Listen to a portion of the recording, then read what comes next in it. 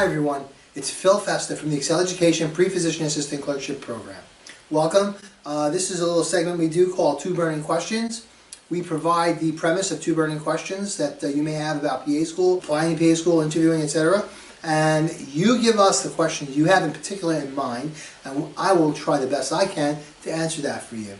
To give you the premise question first, what is the most important thing you want to know about applying to, interviewing for, and getting accepted to PA school? So I want to know how I can increase my chances to get into PA schools, to look like a unique applicant. Well, again, the unique applicant has a variety of experiences. See, the top four experiences, or direct patient contact experience, or healthcare experience that students applying to PA school have are certified nurse assistant, EMT, medical assistant, and medical scribe. So 70% of the people applying have sort of the same type of experience. And they have varying degrees of patient contact. But let's look at EMT, for example. It's a great experience. However, your patient contact time, the max time you're spending with somebody is a half hour, maybe the most an hour between transport, stabilization, transport, and then admission to the hospital.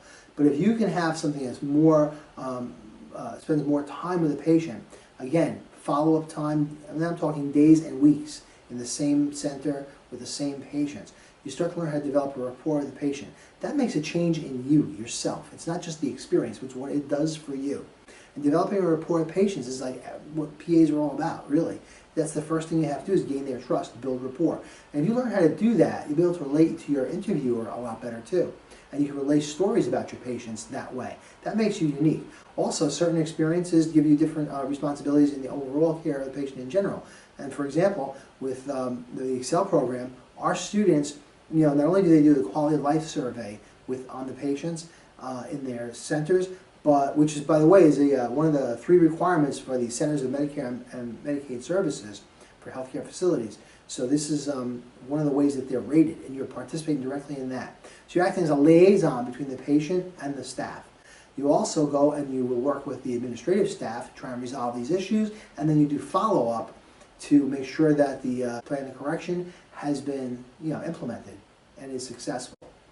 And so you get all that feedback from the facilities as part of the team and from the patient. I mean, that totally makes you a unique applicant.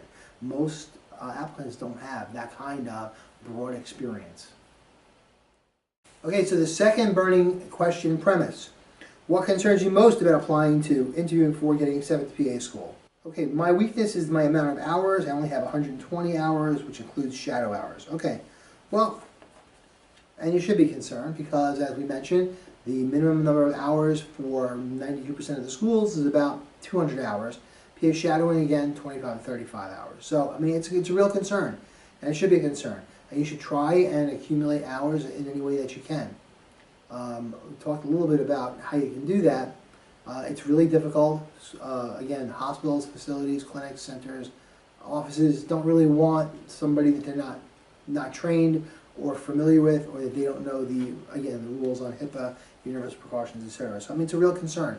But people have done it. You need to find a way to do it. Our program, of course, offers all these things. So what concerns you? Let's see. I'm more concerned about getting patient contact that will allow me to make a connection with the patient. Okay, well, we talked about that. And yes, that's really important. And again, it's not so much so you can list it. The listing of your experiences is not important because that's right on your CASP application anyway. It's more about being able to deliver what this has meant to you. In other words, express it, deliver it to the interview committee, and to express how these experiences and making these connections have affected your passion for becoming a PA. How should I go about getting valuable experience, especially as a freshman? Freshman or not, bottom line is really difficult getting the experience, like I had mentioned. Now, there are some hospitals and facilities and centers that do offer a sort of shadow program. You have to look into those. They're generally hard to get into. The space is very limited. And again, they sort of give you shadowing is shadowing versus PA mentoring, which again is what we do as in Excel.